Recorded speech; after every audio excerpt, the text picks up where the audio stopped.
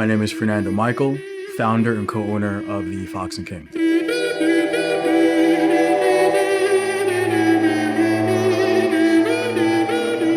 My name is Chris Vasquez, and I'm Fernando's business partner and music executive at the Fox and King.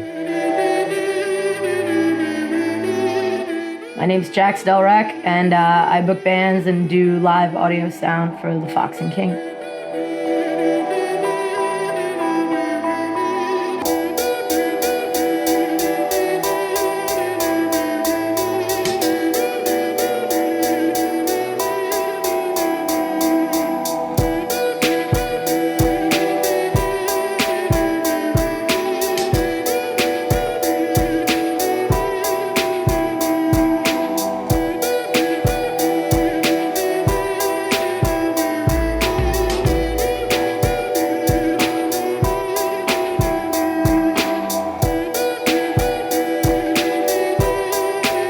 12, 13 years old at FLC for Bronx Underground, being in a room of 200, 250 kids, all dancing and singing to the same band on stage. That was the defining moment for me, falling in love with both being a performer, I was in a band for a little bit, and then also eventually turning into the business side of the industry. And I wanted to continue that. I wanted to create those memories that I had growing up and do that for the rest of my life for other people. Yeah, New York, New York. I'm back home, baby. One time for the block.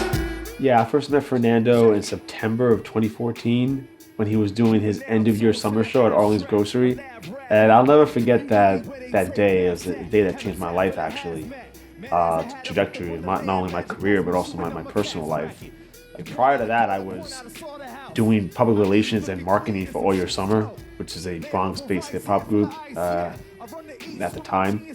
And eventually, I ended up booking them into other, or at least trying to book them into other shows and other venues. And then, I checked on Facebook, and the Fox and Kings event popped up. And okay, well, let me reach out there, let me book them on the bill. And I ended up talking to Chris, because Chris, he ended up actually talking to Fernando directly, I believe, to get him on the bill. So I didn't really do it directly, but we collectively got them both on that show. So that was really great for me because it was the first show I ever booked any artist in. When I first met Fernando in the staircase, our friend Fan at the time was doing the door. It was an empty space. I got there really early. And I'd never been to Arling's Grocery either. So it was the first real music venue that wasn't an arena or a stadium. Just entering into the music business or the music industry as a whole. And then talking to Fernando was just so, we were just like-minded individuals. I saw that he had a strong business sense. I saw that he was someone that also knew his music and had a passion for music. And I think it was someone that for some odd reason we just gravitated to each other. Business-wise, socially-wise, entertainment-wise. He was the rock guy. I was the hip-hop guy. I want to see which side is the motherfucking livest. Hey, left side, hey. Right side, what up? Left side. I had been propositioned to do I think background stage work of some sort, the green room basically for Mike Barrios, who was putting together a revival of the Bronx Underground, which I had not been to in it felt like a decade, but I guess my band and I made some sort of footprint in the Bronx, and he wanted to get in touch with that. He knew I did live audio, and he really wasn't certain where he wanted me, but he wanted me involved. So the first show, we were giving out T-shirts and staff shirts, and everybody was in the lit area of the basement of the church, a very legendary church for the Bronx.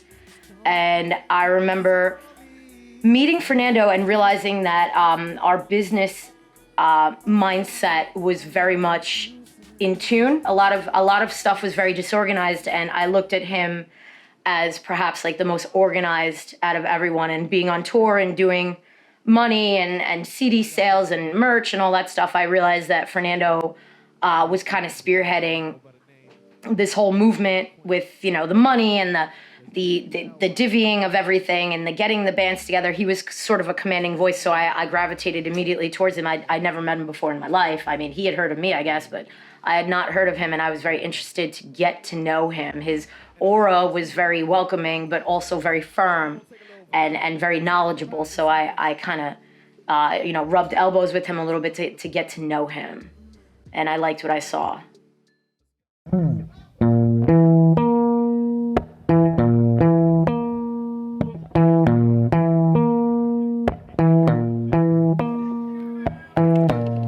Good evening, ladies and gentlemen. Welcome aboard the 4 p.m. flight. We are your captains, Blackford. Please fasten your seatbelts. You are now entering an abyss of soul-rocking, body-shocking, head-bopping bliss. So just sit back, relax, as we enter Blackford Zone. Magic mirror on the wall. Who's the this of them all?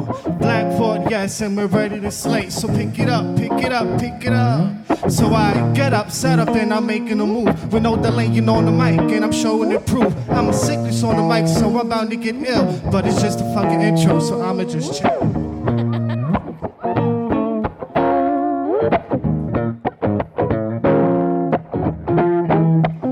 This is an original. 10-year anniversary was lit. It was so lit, man. That was one of the best performances we ever did. Like, just the logistics behind that. Like, Nando is a fucking master. He is a gem at what he does. I go to shows often, whether it's with Chris or Jax or whoever, and we take all those experiences. We're looking at the venue, we're looking at the people, we're looking at the lighting, and we take those little bits and pieces of inspiration and we try to bring that to our shows, events, and in the future, concerts and festivals. Logistically, building a show, getting moving pieces together, right? Like gathering the vendors, getting the artists, booking the space. You want me to be a straight shooter or sugarcoat it? It's hell. Artists drop out last minute. You have to have a backup artist. Equipment fails last minute. You have to have backup equipment. However, when you start to see that the space is filling and things are going well, it's the most unbelievable feeling. It really is a lot. It's a whole shit show, and that's our bread and butter, as we've always liked to say it. I think the weather was a little bit too much. I was telling Nando and Jax, it's like a Giants football game in December, like a tailgate party. You know, like that's how it's gonna be. It's like 35 degrees, 40 degrees. It was brick, but it ended up being exactly what we wanted it to be, and most importantly, everyone came out. When we looked around, the three of us were kind of like taken aback. There were so many people that we had run into all throughout, you know, at least my Fox and King run. Like, there were so many people. Like, I couldn't count. I was like, wow, we filled this outdoor venue in the middle of like a freezing November night. It was a very cold night. It was very cold, and it got, I think it was like 35, 36 degrees. But we had 60 to 70 people in that space throughout the night in support of local music and for what we've done. That's a big deal. Like, to see people there, jackets, beanies, the whole nine, but still having fun, that meant a lot to me, and I'm sure that meant a lot to everybody involved. That was a packed backyard. The performances were great. The hip hop artists were great. The rock artists were great. And then, of course, First Class. You know, that was a lit ending to the night. It was awesome to see, like, all that work, all that stress, all that planning, all that months and months and months of, are we doing a rock venue? Or are we doing a hip hop thing? Like, who are we going to showcase? And et cetera, et cetera. To see the fruits of the labor of the networking was awesome. It was awesome. What is your favorite T-Pack memory? I met Fernando, had to be like 7 years ago. 7 years ago. About 7 years ago at your first. Was that one of the Scott's first? Place. Yeah, Scott's Place before it closed out. Yeah. And I met somebody that I ended up dating there. And then, like a few months later, I saw Fernando one other time. And then we never saw each other again. And then I'm at a family event with my dad's side of the family for the first time. And then I'm meeting my cousin. And my cousin still happens to be Chris, who at the time starts working for the Fox and King. And I'm just like, oh shit, so you know Fernando. And then that's my favorite TFAC member. Wow. As a performing artist, as of late, I've been doing shows with the Fox and the King. I just did their 10-year anniversary show, which was amazing. Being there under the guidance of Fernando and Chris, being able to utilize that space in the Bronx and just perform with some really, really fantastic artists. I'm from the Bronx myself, so it was like somewhat of a homecoming. And I mean, 10 years, that's a long time to be that successful. So being there, it's just fucking fantastic time. I met Fernando at Scott's Place. I think it was one of their first shows that they did in the Bronx. And I went there on a whim. And I was with a couple of friends of mine, and it was a fantastic night. I may have met him like maybe one other time after that, and then like I think some years passed by, like a lot of time, and I started getting back into my dad's side of the family, like connecting with my dad. And it was funny because I showed up to a like Thanksgiving event or something like that, and one of my other cousins who was there, she was telling me, oh, so what do you do? And I'm like, oh, I make music, I'm a musician, I do this, that, and the third. And she's like, that's funny. That's really, really crazy and interesting that you say that, because your cousin who you're about to meet for the first time is also he works in the music field, and he's with some type of company or something like that. Wait, hold up, let me get my phone out and check it real quick. And then she showed me the Fox and the King, and I was like, no fucking way. That's absolutely incredible. There's no way. And then so when Chris walks in the door, I'm meeting him for the first time, and me and him are just fucking interacting with, like, no, there's no fucking way that you know Fernando, and how did you start connecting with him? And it was like one of those really weird, like, full circle moments where like everything just makes sense. And you're just like, okay, I guess this is, I want to approach this a little bit more. I think this is a right place to be. And then just being able to be in the presence of the Fox and the King, getting to know like all the other people who contribute and do such a great deal of work for this. It really is a tribe. It seems like a funny word, but that's the perfect way to describe it, because it's not necessarily a community. It's a real group of people who care about each other and have a sense of camaraderie with each other, and really like a family. So like stepping into that for the first time, and even getting to know Chris through that, because I had no really affiliation with Chris prior to that. It's like, it feels comfortable here. So like the Fox and the King as just a place and a brand and an agency and a family and a tribe. It's just everything all around it feels like comfort. I was actually at Scott Place Cafe for the first time in my sophomore year of college. I was studying for my finals, really into my books. I was taking a couple of different music theory classes, rock music 101, music theory, things like that. And the owners, this cafe has just opened, the owners were old school Woodstock people. So they saw my textbooks, they saw my notes, and they were like, what do you know about that? What are you doing learning about all this stuff? And we got to talking. And I figured, you know what? This is a better opportunity than most. You guys have a cafe. You're not getting much business in it. Let me organize your grand opening. That was the first official Fox and King show. We had One for Tomorrow, now known as Duryea, headline, who is also a big aspect of the Fox and King's origins. Eventually we had Drew Torres in there, another local legend. But Scott Place really was the incubator to what the Fox and King has become.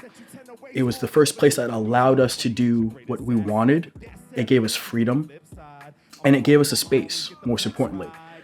We all know the Bronx is short for venues, music spaces. Scott Place was our venue. It was our spot. And that was a big part of our growth. The one that I talk about often is when I reached out to Drew Torres and I said, listen, I'm brand new. I'm doing shows on Tremont and Throgsneck. Would you like to headline our show, possibly? And I got an email back. Yeah, sure. I lost it. I lost my shit. I was like, Drew Torres is performing at our show. One of my favorite memories of all time. I would say when we all signed the first Sony Red agreement, you know, to take that leap. Okay, now we're doing distribution. Now we're working with an actual label. We're moving. Things are shaking. That was a big memory for me. That was a big night of accomplishment. I remember texting my mom, "Mom, we did it. Like we've taken another step." And you know, she's always been proud of me. I love that woman for forever until beyond death. Fernando's always doing this. He's always doing this for his tribe. If it's not this, it's this. But that's Fernando. Fernando, over the years, has always worked hard. He's always achieved his goals. And where there was moments of doubt, right? As an entrepreneur, you have this doubt, you have this negativity, you have this, you're always competing against other people. And I guess those are the times that I stepped in and said, no, you got this. You know, don't worry about this one and that one. Don't compare, you know, you got this. Your team has this. I have seen everyone grow throughout the years. And everyone has become one big family and has put in their input, and there has been so much growth. When we first signed that agreement, we were at the Gansevoort Hotel, and after we signed it, you know, Mark and Gil left, and it was just 4 young kids from the city, from the Bronx. Just like, we looked at each other like, oh shit, did we just like sign a music legal agreement with a record label? And I'm still like the intro guy here a little bit. But Nando just comes to be like, no, come in. He puts his arm on his shoulder. He's like, yo, like, we did this shit. We made this happen. And we got a few beers and we just fucking chugged it like Vikings, and we fucking had a great time that day. And I felt like, wow, like this is crazy. Like, this is like, I don't know what I got myself into here, but this is like really interesting stuff. And we ended up having a great time. We kind of got a little drunk a little bit, and then we ended up, you know, like going home afterwards. But I felt that moment, that little brief moment, and it didn't really lead to anything. What it led to was knowledge. It led to more business sense. It led to more expertise in what you do, and learning from your mistakes and going on forward to what you can build to. Definitely the Eat to Feed show. Oh my God. It was a sweaty, drunken disaster for us, and we sounded amazing. And just seeing all my friends in the crowd, friends with the Fox and King, without the Fox and King, with people from my past, people just came to see an English band, and we were on that bill. And I can't explain, like, it's right up our alley, personally, up my alley. You know, we're in our hometown. We have all of our friends driving in. We have, you know, great sound. We have great lights. We have an amazing headliner, and we have the Fox and King really getting, you know, up there. Like, look at what we just did. We just booked an across the pond band. Like, we can only go up from here, you know what I mean? And just being a musician and being a part of them, really, it was a triple header for me. It sounded great, it looked great, it was great. It was great, and it will continue to be great, because that was just one of the first shows that I was really doing with them, like sound-wise, and just spreading my wings, you know, all these microphones, all these friends. Like, it was, I hands down one of the best nights for us, you know. And we've toured the Whiskey. We've done all sorts of places. We love local live shows. It's just electric. There's no better feeling.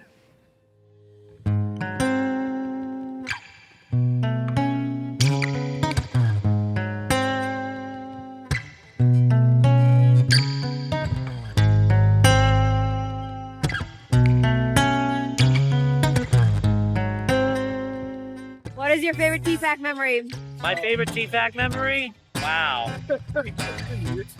I would have to say definitely the show that we did for Fernando's birthday party weekend. I think that was Halloween. Sirens and Kings Yeah, all weekend. yeah, was it at it? Yeah, that was definitely probably the best show. The best, yeah. Oh my god, that was Definitely fun. favorite TFAC memory, the Sirens and Kings weekend. From right, but know the trouble lies can bring. They only see things in their perspective. Ain't about shit, but do the most to be respected. What we say? Damn, you sell a story so well. Again, come on. Damn, you got everybody under your spell. One more time. DJ Mike had it huge with the lighting, huge with the sound, and I've always said to Nando, like, that, you know, what DJ Mike has bring to us has been incredible. Like, every show that we've done, wow, your show looks so professional. So, like, how do you make your production? Oh, DJ Mike, you know, like, that's it. That's how it is.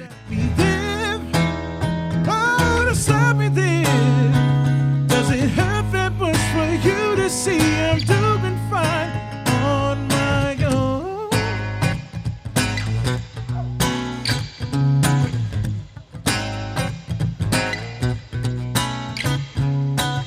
Haters wanna bring out the worst in me. Always know it gets in my fire, begging for that third degree. But I know how to keep my cool. This ain't no good coming from me, acting a fool. What we say? Damn, sell a story so well. One more time. Damn, you got everybody under your spell. Last time, real big. Damn, you sell a story so well. Got everybody in the world giving me all types of help. Just let me live. Oh, just let me live. Is it that hard for you to just leave me alone? Just let me live. Oh, just let me live. Does it hurt that much for you to see I'm doing fine? I'm doing fine. I'm doing fine. Oh, on my own. On my own. On my own. I texted him once when I was first throwing the idea around. I said, I need you to be the Yoda to my Luke. And that's exactly what it was. Brian was my right hand. He was my best friend. You know, I love that man till death. And he really was there to help out with the artists, to help out with the sound. Me, I'm coming into it from an events perspective, from a producer's perspective. I didn't know the business side of things. I didn't know the engineering side of things. He came in and helped TFAC grow as a foundation at first, from point zero. And to have him headline again 10 years later, it was very emotional for me. I was very happy to see that. I was very happy to see after 10 years, you know, through thick, thin, good, bad, the original crew, the original people that helped build this come together 10 years later. And that was something I actually spoke to Chris about and a few different people. It was a very sentimental moment for me because we never thought it would come this far. And having Brian there, Kevin, Dylan, Chris, everybody, you know, Jax, all the new people in our team, in our community, it was special. Just try to feel. I promise you it's what is real. Just try to feel. Again, like, I'm somebody who gravitates towards good energy. I try not to put myself in spaces where I don't feel welcome or like loved, or the people that are in the circle don't appreciate what they're doing. That's a very, very key component about the Fox and King that I feel like doesn't get stressed enough, is the fact that everybody who's involved has a certain love, like a natural inclination to be able to help everybody involved and put their heart into it, which is that's home for me. Like, I don't spend time involved in anything that doesn't have like heart in it and people who care. So, and they extended that to me not knowing me at all, you know, to put that in perspective. How long have you been living in someone else's shadow? It's bittersweet because there are times where he just wanted to throw in the towel to, you know, like the Mott Haven Film Festival for one. That was a goal that he didn't even see happening. And that happened during a time where, you know, life was hard. We were going through the pandemic, and, you know, it was music that kept people going. For me, as a parent, was a proud moment, not only to see him achieve, but his tribe achieve. Like, I think everyone took part in that growth. Just try to feel what you need to know will always be revealed. During the pandemic, at a time that was really, really tough for people. It was tough. We had to cancel 5 shows from the Foxhole, five shows. And it devastated Fernando. And I was just numb to it. I was like, I can't believe this is even happening. But we came out of it. We picked ourselves up. We said, okay, this is what we're gonna do. And Fernando's like, let's do this. Let's see if we can utilize the digital space to kind of help build this going forward. And so we named the night sessions. We got all those artists that we were gonna on the shows on night sessions, and then some. And then it led to a music documentary series with B-sides. It led to that moment of perseverance that sometimes you don't plan for, you don't prepare for. That helped bridge in a whole new ballgame for us currently, being a staple of music in the Bronx, regardless of the genre, regardless of who you are, regardless of your creed, politics, whatever. People are looking to us now to highlight those artists from other regions are hitting us up. And that's what is like really more important. And that's the power of media, the power of branding. Mr. DJW, what is your favorite TFAC memory? Wow. So many. I think it was probably when we brought back like the underground, so like FOC. I hadn't seen so many faces in like so long, and it was just nice to be in like the same spot that like I used to go hang out with friends and like also DJ back in the day, and like to just be a part of it, but like on the other end now in a different spectrum. It felt good.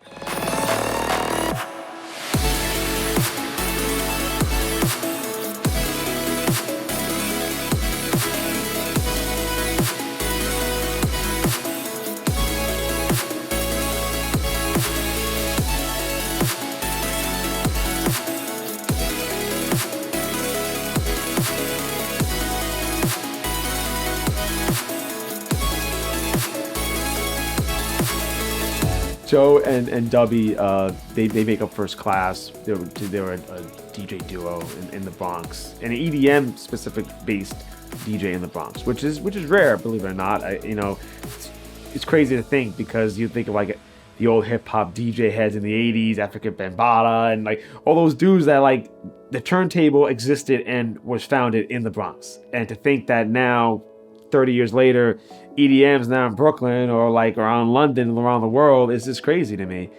And I think we're trying to bring that back, right? We're trying to at least highlight, like we've always done, that's what we do, is highlight the artists that aren't shown in this borough. And that's what First Class, they epitomize that, right? They're a symbol of that. And I think they did a great job that night. What I love what they do is they combine that alternative emo music with Latin Caribbean flair and the rock flair. Like, they're able to kind of, it's a universal world, and that's what EDM is, right? It's just universal.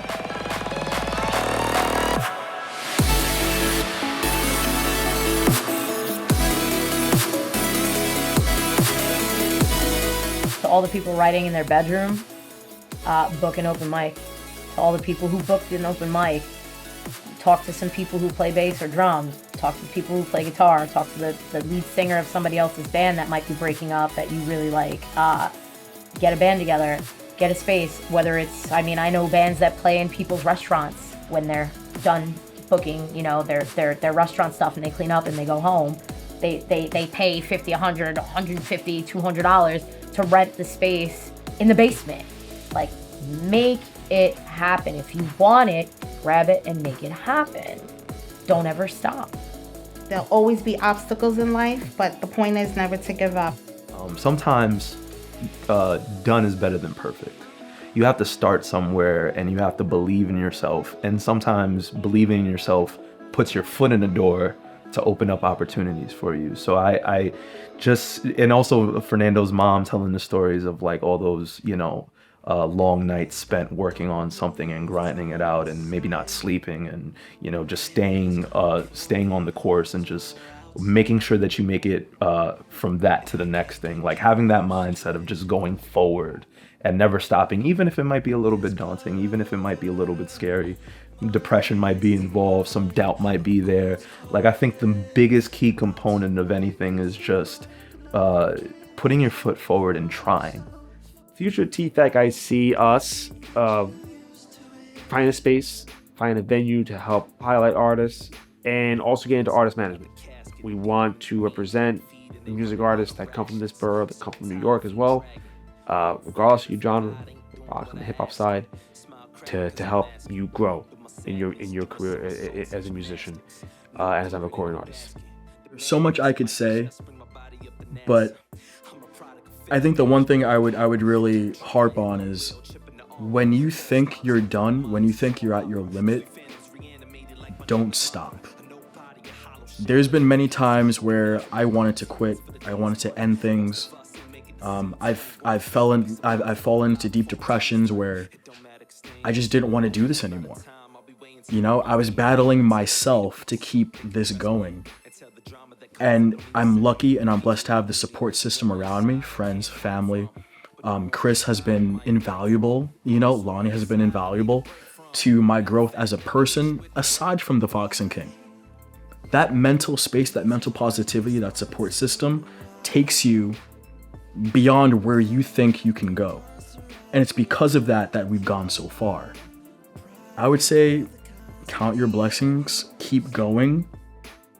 When you're at your limit, take a day, take 2 days, take a week off if you need to. Work on yourself, work on your mental health, and then pick it back up whenever you feel ready. That's all I can say.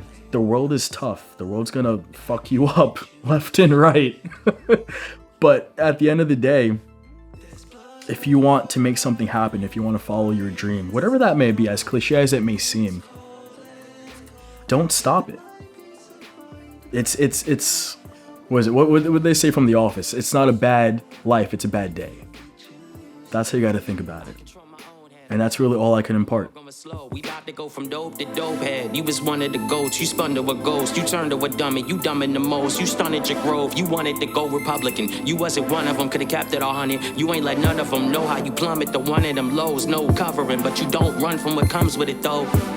That's cause it comes with a glow. That kind of pain turns to power. It runs through your soul if you allow it. You can roll up blunts full of gold, smoke them. Now you making arm and legs out of toe. Learn how to control it. You ain't gonna know how to function when your son don't want you to go, but you got it. You going to war with his mama. You want him to know his father's a rider. You never forgot him. You gotta remind him you needed help to beat those demons. You conquered them dolo. Mission accomplished, almost. I do gotta know what schools we enrolled. Never thought we stupid and slow. Even when Doc gave you the truest results, we knew it. We tried to scoop them and slow. You keep it.